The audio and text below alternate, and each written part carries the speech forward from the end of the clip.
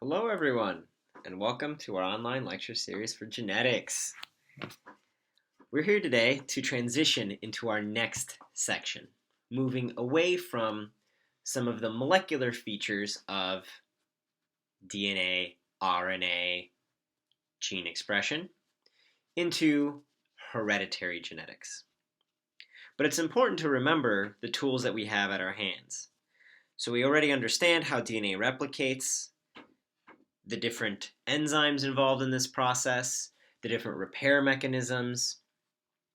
We understand all of the awesome gene expression controls that we see in eukaryotes between promoters, enhancers, control of the RNA polymerases, transcription factors, and even some chromosome loops.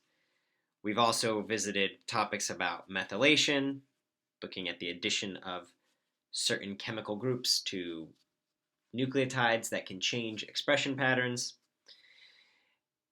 And we've discussed the central dogma of biology. The way in which we go from DNA that can be replicated to RNA that is transcribed to then RNAs that are translated into amino acid sequences called proteins. All of this is molecularly how we manifest our phenotypes. It is the function of these proteins and the interaction of these proteins that manifests our phenotypes. But how do we determine which of those proteins are passed on to future generations? How do they go from parent to offspring? That discussion is our foray into heredity. Heredity is the idea that like begets like, meaning that we have parents or children looking somewhat like their parents. And this is because of the way in which these genes are passed down in the form of chromosomes. There are two very influential figures in the field of heredity, so I want to go over them first before we dive into our vocab. That, of course, is Gregor Mendel,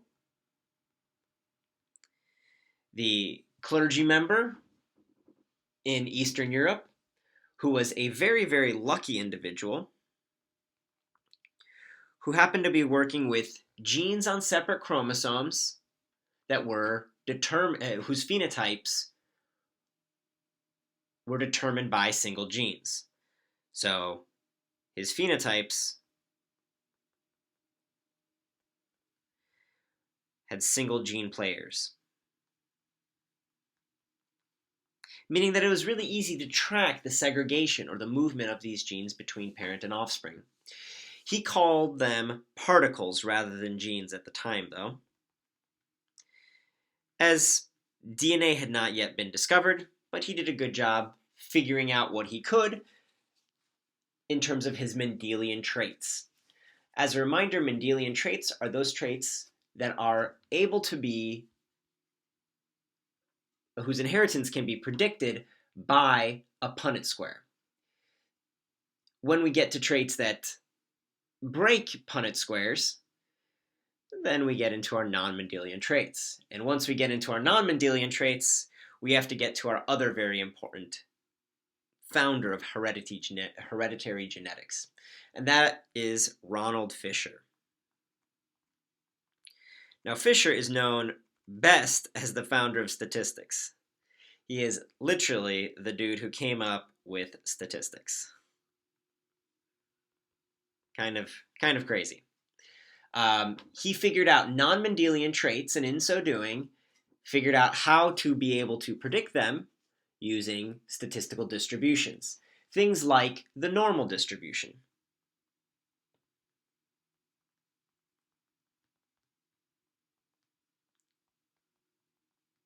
Wherein phenotypes are going to be distributed around a center value, the mean, but there is a measurable standard deviation, from this mean, and we can predict the shoulders of this distribution based on the density or the shape of the curve.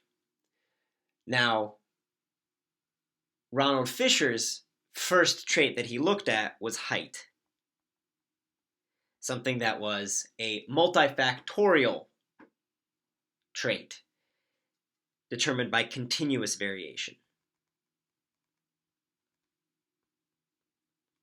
Continuous variation contrasts with our discrete variation, where discrete variation might be different categories like red or green or blue or pink, different colors, and no shades in between. And continuous variation would be the spectrum of colors in between, or values like height, where you can be 5'9", or 5'9.5", or 5'9.25", or all the other different heights where there's continuous values.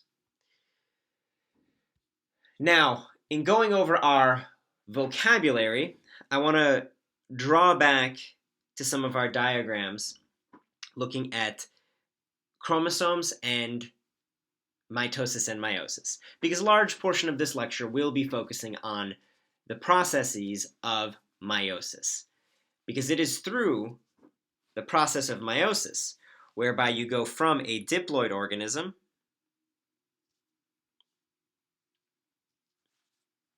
to eventually landing upon a single gamete, a haploid gamete that then is able to reproduce with another organism and another gamete, and all the steps in between. This governs, the rules of meiosis govern the rules of heredity. So let's go over some of the vocab terms that we're going to be throwing around a lot today. First is the idea of a gene. A gene is a functional unit of DNA that codes for a protein. The idea behind genes is that you always have one gene making one enzyme. Thank you, Odie. Apparently he's sick of hearing that. I say it enough for sure. Genes can be found at a specific locus, or plural, loci. A locus is just where on the chromosome you'll find that gene. And then every gene can have different versions. Those different versions of the gene are called alleles. So if we look at our chromosomes here, we have two different chromosomes, chromosome 1 and chromosome 2. In all future illustrations, we'll try to pay attention to what their centromeres look like. Hopefully y'all remember what centromeres are. Going to be pretty important today. They're the center of the chromosome that are structurally important, but do not hold a lot of genes. You'll notice that the centromeres between chromosomes 1 and chromosome 2 look different. I've tried to illustrate them slightly differently. And then every single diploid organism has a copy of chromosome 1 from mom and a copy of chromosome 1 from dad. It'll also have a copy of chromosome 2 from mom and chromosome 2 from dad. If it had chromosome 3, you best believe it'll have a copy of chromosome 3 from mom and a copy of chromosome 3 from dad. Now,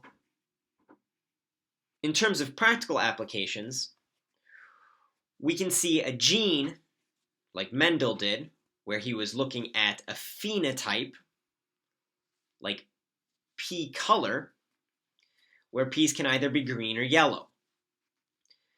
The location of that gene on its particular chromosome is its locus. The gene is for pea color, corresponding to its phenotype, and the allele are the two different alleles of it, either green or yellow. Now, we won't be talking about dominant or recessive here, but those are certainly things that you should remember from previous courses. Dominant genes mask, or dominant alleles mask the recessive allele when they're in a diploid. Recessive alleles are masked by the dominant allele unless there are two copies of the recessive version.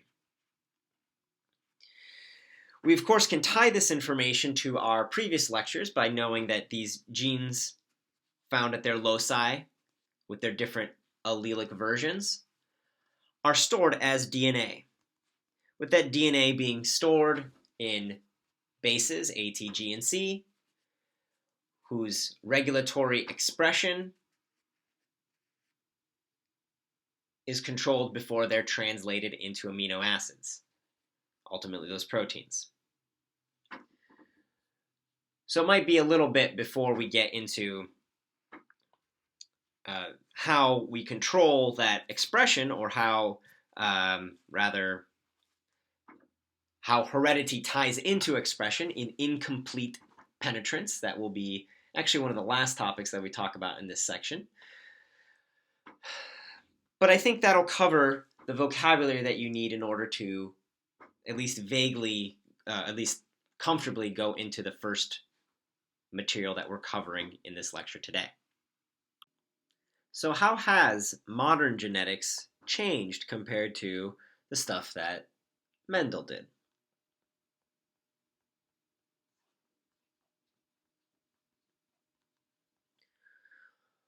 Well, most poignantly, we use a series of model organisms in genetics to study how genes interact with one another and how they're inherited. We want to use different types of model organisms, both eukaryotes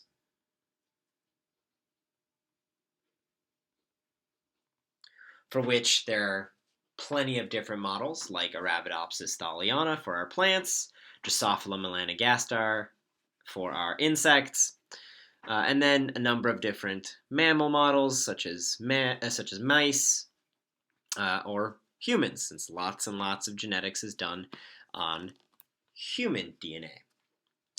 And then we also want to study the simplest organisms, the prokaryotes, because they will oftentimes show how the simple system works in order to better understand what's going on in our larger, more complex eukaryotes. So across these two different groups, we want to vary both in complexity and size. Now, modern genetics also isn't just looking at a single individual within each model organism, but it's diving into strain variation.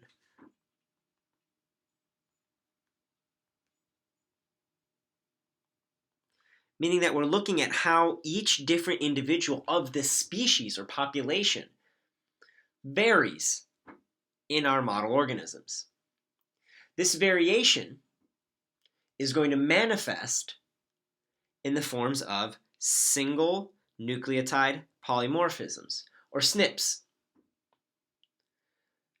Now, these SNPs are changes in DNA, oftentimes things like point mutations, where a single nucleotide is substituted for another, that will result in a change to the corresponding amino acid. Now, these mutations will occur within the gametic cell line, meaning those cells that are the sex cells of the organism, and as those gametic cells go on to form a new individual, all of the somatic cells of that individual will now carry that novel variant, will carry that new mutation, and it will impact the way that they look, function, etc. So in this way, modern genetics is not just trying to figure out how these traits are inherited, but figure out where they are on chromosomes, what the different versions of them are, and then on a higher level, how the different genes that play a role in a specific phenotype play together. We look at these interactions within a single species. We look at it across populations of that species, and then we look at it across our different model organisms to see how things are similar and how things are different. Do you want to understand how all of the different hammers that are present on planet Earth do slightly different things based on their size and shape? Now, ultimately, once we get some strain variation mapped out, we can trace the presence of these different variants and their roles in different populations through something called QTL mapping.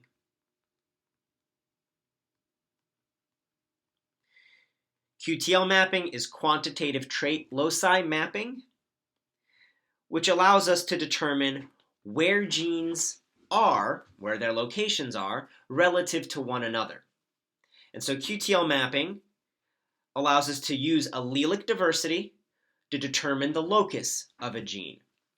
And that's ultimately where we'll be going in this unit. There's going to be a lot of math involved in the next coming lectures. We're going to be studying how recombination can be used as a tool to figure out both gene location and gene order. It's kind of neat. Now, some of the kind of odds and ends that I want to tie into here are related to the rates of these mutations.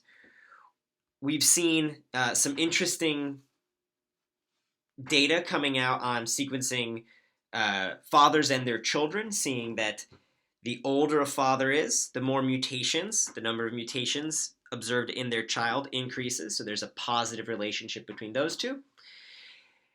And that these mutations, not to say that there's one specific mutation in parents or a father that's more likely to lead to this, but that we can use these mutations that occur in different populations to figure out how they impact expression in genes such as lactase. So here we have an image from the textbook where we've got the lactase gene. It's got a regulatory element. It's got the region where the RNA polymerase binds, and then we've got the protein coding sequence. Now you might naively imagine that people who have lactase have a working version of the protein coding sequence, and the people who don't have a broken version of the protein coding sequence. But what we actually see is that there's a lot of differences in the regulatory elements. The DNA sequence of the regulatory element varies across the world, and we see specific variants in regions that adults regularly drink milk, like in Europe or Ethiopia or Arabia. These mutations can give phenotypic changes, like the ability to drink milk as an adult, by impacting regions that are not just the protein coding sequence. So hopefully that ties in those pieces together, convincing you that you do need to understand the material from before, about replication, about the central dogma, as we move forward in our discussion of genetic inheritance. So let's get into our discussion of genetic inheritance. In order to understand genetic inheritance, we've got to go over the cell cycle. The cell cycle and mitosis is the process by which cells can replicate themselves. This process is mirrored in meiosis.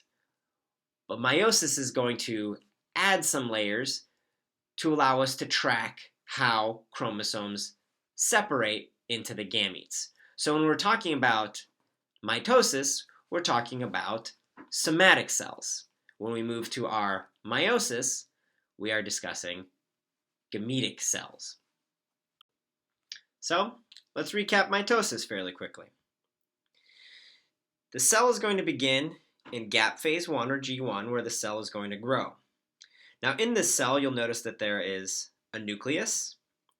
That nucleus is made of a nuclear membrane, dispersed thin strands of chromatin, and then a condensed nucleolus. Now remember that the nucleolus is just actually pieces of chromosomes that are condensed together in order to form the building blocks of your ribosomes. The nucleolus is a dark spot that we see, but in reality, it's just pieces of your chromosomes bound up with some proteins to make ribosomes.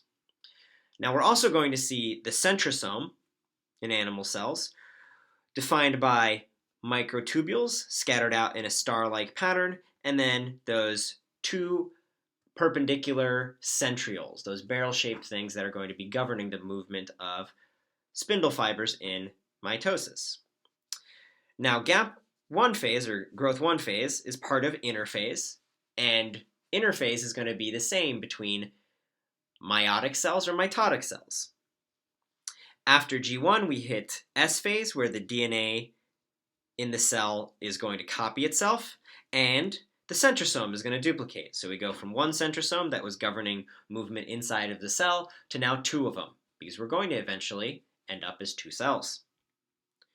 We then scoot on over to gap phase 2, where the cell is going to grow some more. In large part, this is where we see the enlarging or the engorging of the cell as it's imbibing a fair bit more water. And then we dive into the PP-mat, the prophase, prometaphase, metaphase, anaphase, telophase, that defines the 5 steps of mitosis. Now in prophase, you're going to start seeing some movement around the spindles, but most notably, the nucleolus is disappearing, and the chromatin is beginning to condense into chromosomes. So you should see that there is a difference, thready over here versus starting to form clumps in prophase. Now in prometaphase, the nuclear membrane is going to break down, and then the super important kinetochore microtubules are going to attach to the kinetochores. The kinetochore is a protein structure that serves to bind at the centromere being DNA, to allow for stable movement without tearing of the chromosomes. You don't want to damage your chromosomes while you move them around. Now, as these kinetochore microtubules are attaching to our chromosomes and moving them around, the polar microtubules are pushing against each other, moving those centrosomes to opposite sides of the cell. So much of this process is determined by physical pressure on these strands. Like we know at the metaphase checkpoint that it is the physical pulling by each of the centrioles that determines whether all the chromosomes are at the metaphase plate. That metaphase checkpoint is best illustrated here, where we see our chromosomes with all of their defining features, each sister chromatid having the same genetic information on each side of our quote-unquote X, a centromere in the middle, and the kinetochores attaching to either side of our sister chromatids, allowing them to separate eventually. Now, the metaphase plate is an imaginary plane upon which all of these chromosomes line up. And remember that this is not a two-dimensional structure. You're not going to get them lined up in a straight line like kindergartners. This is a three-dimensional structure. So it may be differences in depth as they align. But ultimately, there's an imaginary plane upon which all of them line up.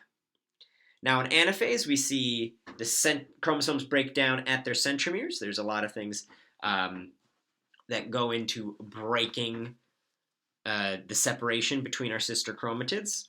You can review our Bio 2 lecture on that if you so choose. But as the sister chromatids break up, they're also going to be pulled by the microtubules to opposite ends of the cell during anaphase. Now, during telophase, we see concurrent cytokinesis occurring. Telophase is where the nuclear membrane is going to reform in both of our cells. The nucleoli comes back, and the chromosomes are unwinding into chromatin. Telophase is essentially the undoing of prophase. Now, for cytokinesis, we see the contractile ring forming our cleavage furrow. The contractile ring is a structure that is formed by two different microtubule or cytoskeletal proteins, myosin 2 and actin. These two form that filament ring that eventually will cut the cell into two pieces. Now, we end up with two daughter cells after telophase and cytokinesis, And those two daughter cells will then embark on their own cell cycle, some of them ending in resting phase, where the cell is going to stay dormant and just live and do its job, and some popping right back in to G1 and repeating the process over and over and over again, just like the amount of times that you've heard this in class, right? Now, mitosis can also be illustrated by tracking exactly what's happening with our chromosomes. So here I've illustrated this like I did in Bio 2, where we have mom 1 and dad 1 chromosomes, and mom 2 and dad 2 chromosomes, and they're haploid here. In S phase, we're going to copy them, and in G2, they'll stay as is.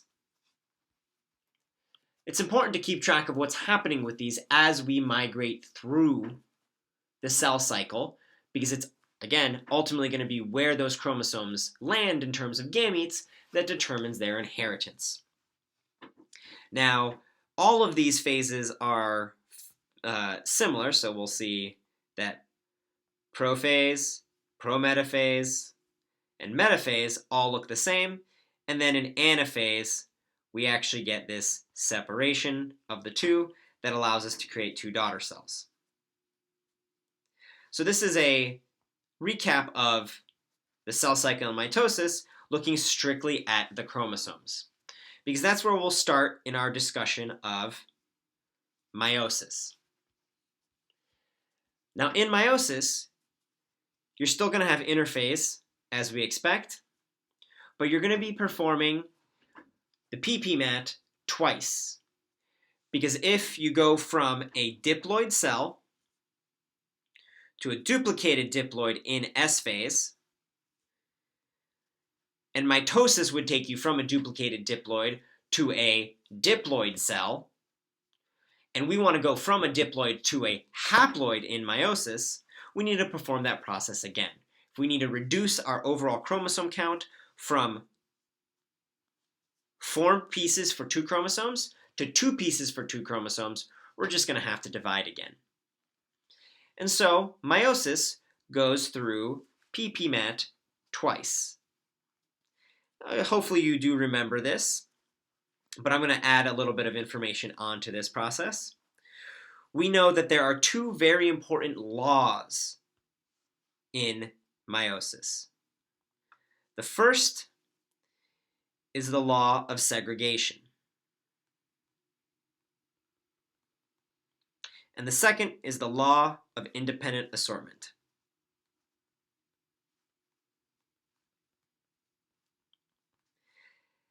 Now here I'm going to go on a little aside, because I cannot stress to you how important it is that you understand the basics of biology in order to make any more deep conclusions about the science.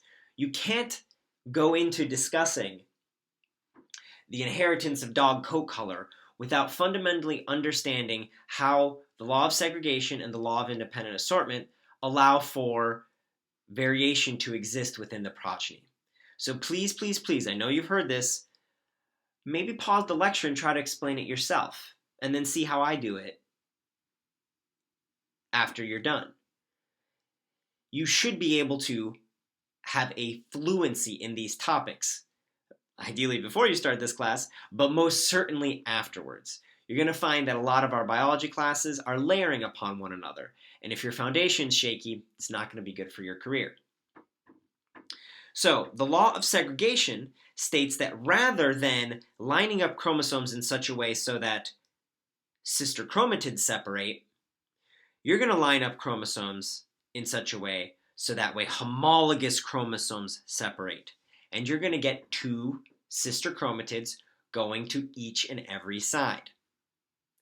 This means that both copies of mom are going to go to one side and both copies of dad are going to go to the other with respect to chromosome 1. Oh, I've made a mistake here in the centromeres. Oops. Hopefully y'all can catch that. You'll see that this centromere is indicating that we've got extra copies of chromosome 1. Not the case. We'll go there for the more accurate one. So segregation stating that we've got separation of homologous chromosomes rather than sister chromatids. And then, of course, the law of independent assortment, where instead of looking at one chromosome pair, we're now looking at both. The law of independent assortment says that mom's chromosomes can be on the left with all of dad's on the right, or you can get a mixing and matching with mom 1 and dad 2, or dad 1 and mom 2. Now, this inheritance pattern, whereby there's segregation of chromosomes,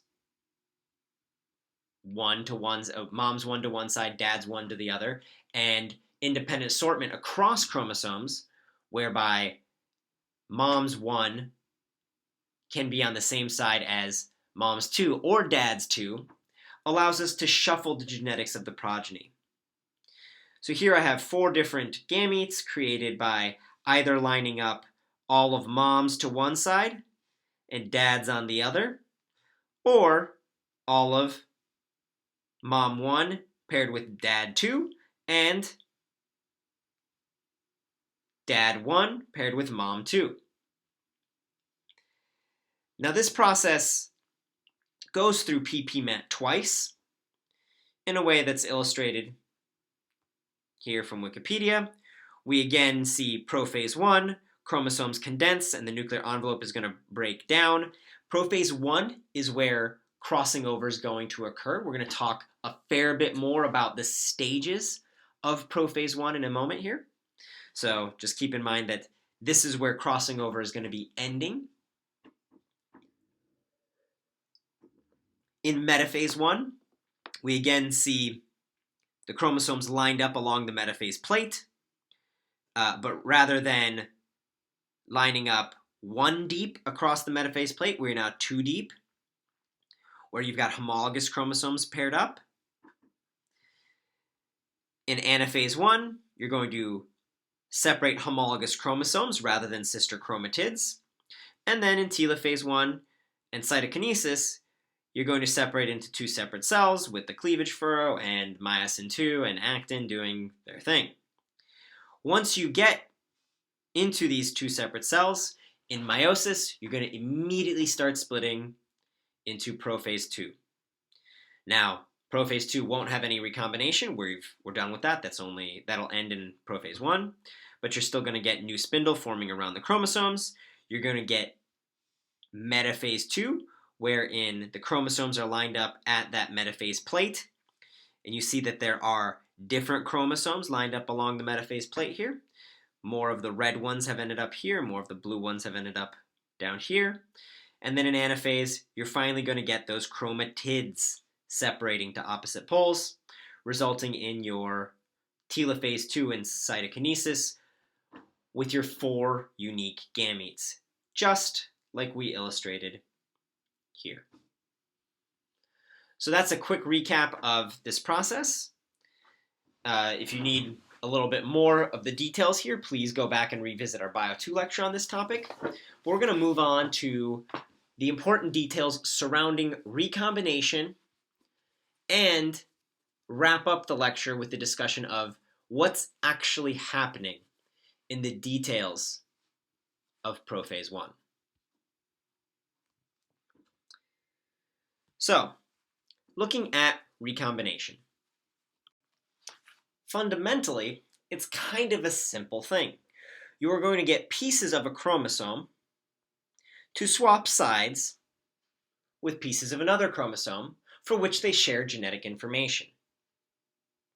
This type of recombination, or homologous recombination, allows you to take putatively, or putative means kind of understood to be, similar information where the genes are at similar loci on these chunks, and swap the alleles that they carry, because the pink region on the blue chromosome now carries mom's alleles in that segment, and the blue region on the pink chromosome carries the dad's alleles on that blue segment.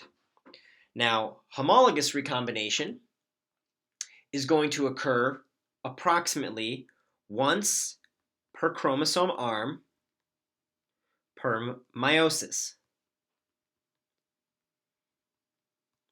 Meaning that you're likely to get a recombination event on each side of the centromere. And you can track which chromosomes we're talking about by looking at those centromeres. And you can track what the original chromosome was by looking at the sequence of the centromeres. That's actually a hugely important thing to my PhD thesis, so maybe I say it with a little bit more emphasis than other folks. Now, recombination is actually massively important to the history of life on planet Earth. We see recombination occurring in pretty much all organisms on the planet.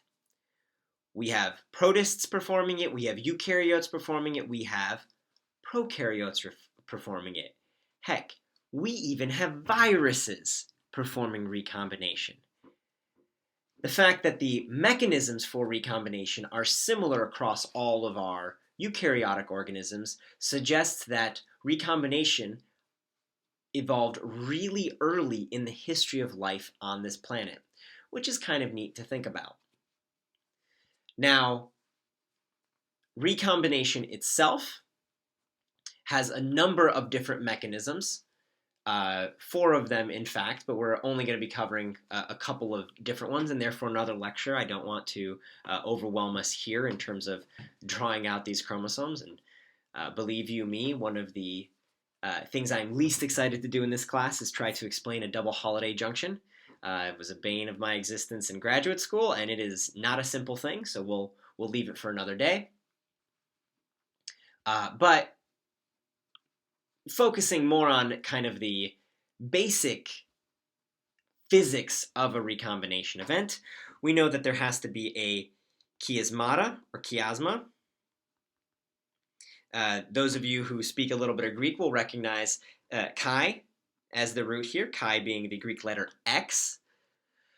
And we call it a chiasmata because there's now this physical link between these two chromosomes. There's been either a break in the double-stranded DNA and some sort of invasion, or a mispairing of the regions that will then have to be resolved and repaired.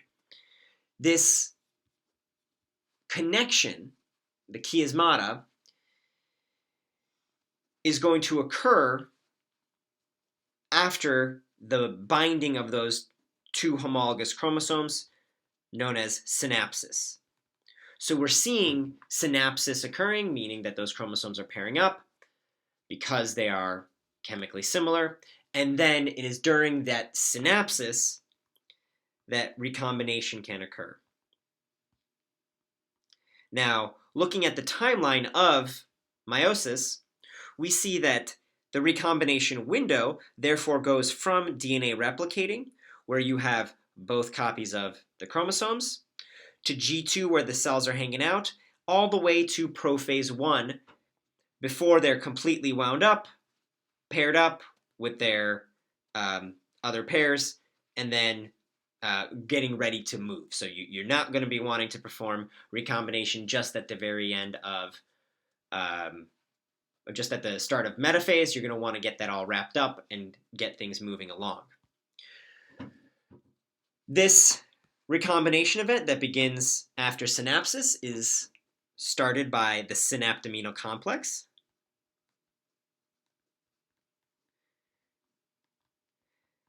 The synaptoamino complex is a 3-protein complex that's going to be driving the repair of our double-strand breaks, because remember, when you perform recombination, you have to cut DNA, and that is a dangerous process. Those 3 proteins are, in humans, are, MRE11, RAD50, and NBS1. Together, these form the MRN complex in humans, and then in yeast, NBS1 it was named XRS1. So in yeast, you have the MRX complex. Now, these genes are your cut, switch, and repair genes that are going to cut the DNA, switch which chromosome they're bound to, and then repair them.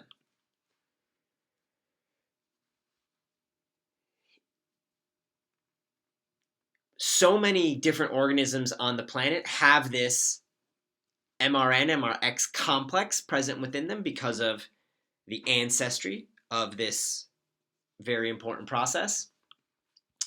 But fundamentally, looking at it from a bird's eye view, we have pairing occurring. Once everything's done copying, 3 proteins will come through and in specific regions instigate this homologous recombination. Now, the last part of the lecture is to look at what is actually happening with those chromosomes in prophase 1. How are things winding up during meiosis that allows us to perform recombination? Those steps are something that we haven't introduced yet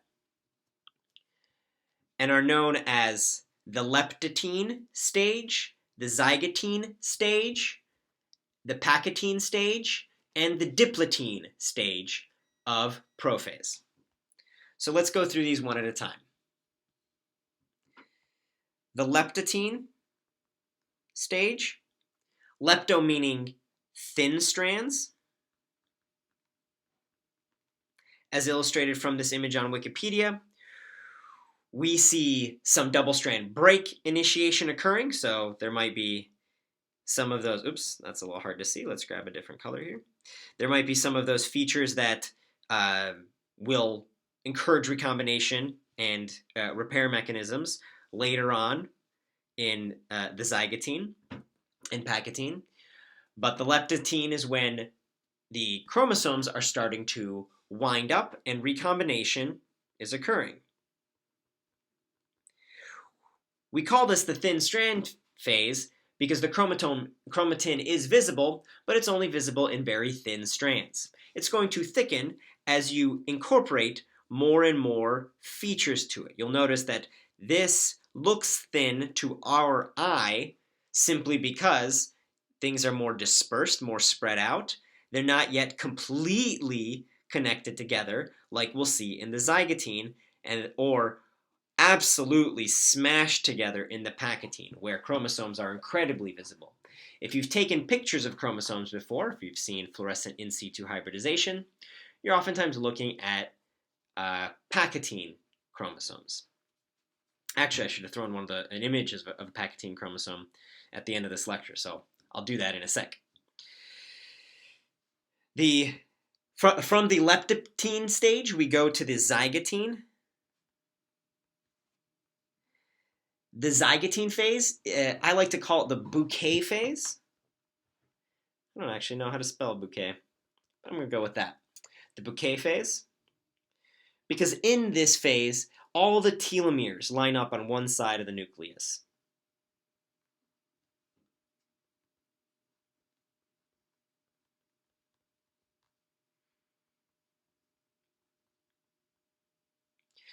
This allows for some scaffolding in terms of the location of our chromosomes.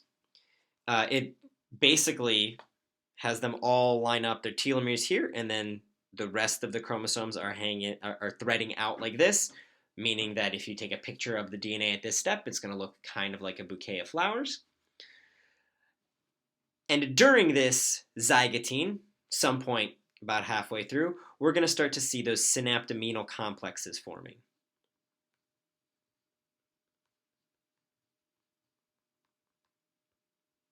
Where those different proteins, those 3 proteins in all eukaryotes, are going to start initiating those cuts, repairing them, and then wrapping up the recombination events in the pachytene.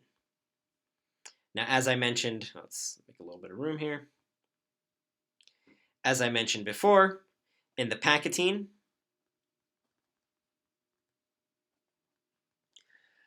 This is the one that I'm the most familiar with, simply because this is where a lot of cytogenetics is done. You're looking for chromosomes in the Pachytene phase because they are the thickest, the most easy to see, so you can identify whether there have been chromosomal translocations. So, for example, when you're trying to karyotype a baby to see if there are chromosomal abnormalities that will result in miscarriage and a danger to the mother, you're looking at cells that are in the Pachytene phase. Pachytene means thick threads. Oops. Because this is where you get the absolute thickest segments of chromosomes. You see that central element, all those synaptomenal complexes here present in the Pachytene are leading to these chromosomes looking the thickest to our quote-unquote naked eye with the microscope. I should have said that the zygotene is known as the paired thread stage. That's what the zygo means. Hopefully you figured out that the teen is Greek for thread. And in the Pachytene, this is where both our recombination finishes, as well as DNA repair. So in the case of purposeful breaks, recombination will wrap up, and in the case of accidental breaks, repair will wrap up. Our last phase, the diplothene, or our two threads phase, and now where you're going to see separation across the different homologous chromosomes. But you may still see some connections where crossover events occurred. Those crossover events and the connections there will resolve and break once anaphase goes through. Now, at the end of the diplothene, or as the diplothene is wrapping up, similar to what we see with telophase and cytokinesis, you've got a kinesis event, a movement event, at the end of the diplothene to help these chromosomes eventually make it to the metaphase plate. This kinesis event is called diakinesis. And this is where the spindle is going to be moving the chromosomes to the metaphase plate.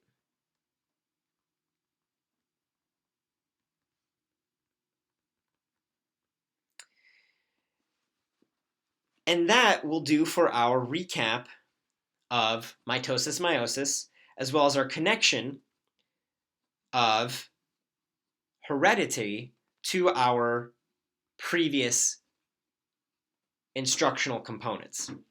I'll come back in a moment here to show you some pictures of chromosomes in the Pachytene, but please make sure, as this lecture finishes, give it an hour or two, go back over and make sure that you can explain how meiosis and mitosis occur and include as many details as possible.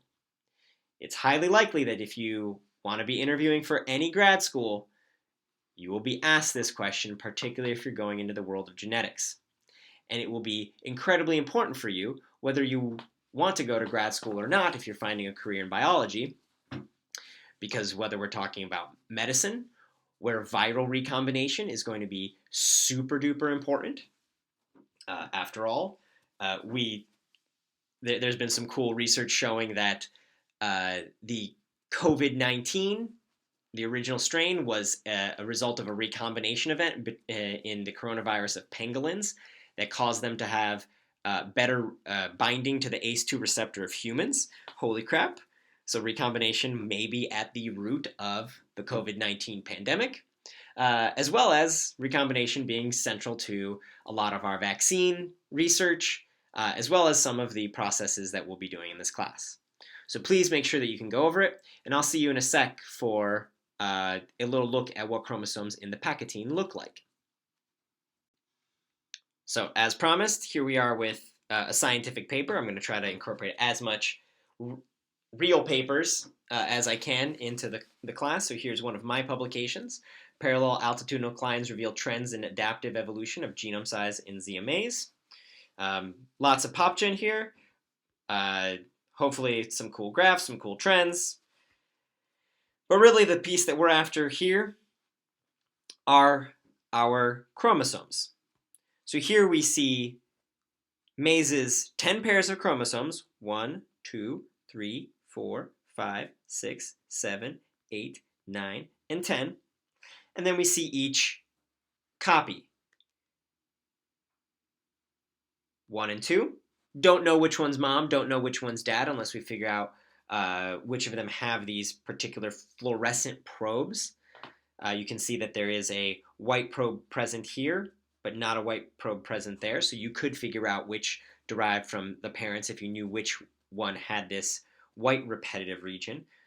The white repetitive region is a tandem repeat 1 type knob, which is just a large heterochromatic bundle. But ultimately, you can see how there are each of the 2 sister chromatid sides, and then each chromosome derived from either parent. And these are big and juicy chromosomes present in the Pachytene. From here, they'll go into, they'll wrap up the 4 stages that we were talking about. The leptopene, zygotene, pachytene, diplotene. Then diakinesis will move them along into metaphase 1. And then we go from metaphase to anaphase, telophase, and then ppmet2. Cool. So now y'all have at least an image of what this looks like. And I'll see y'all next time.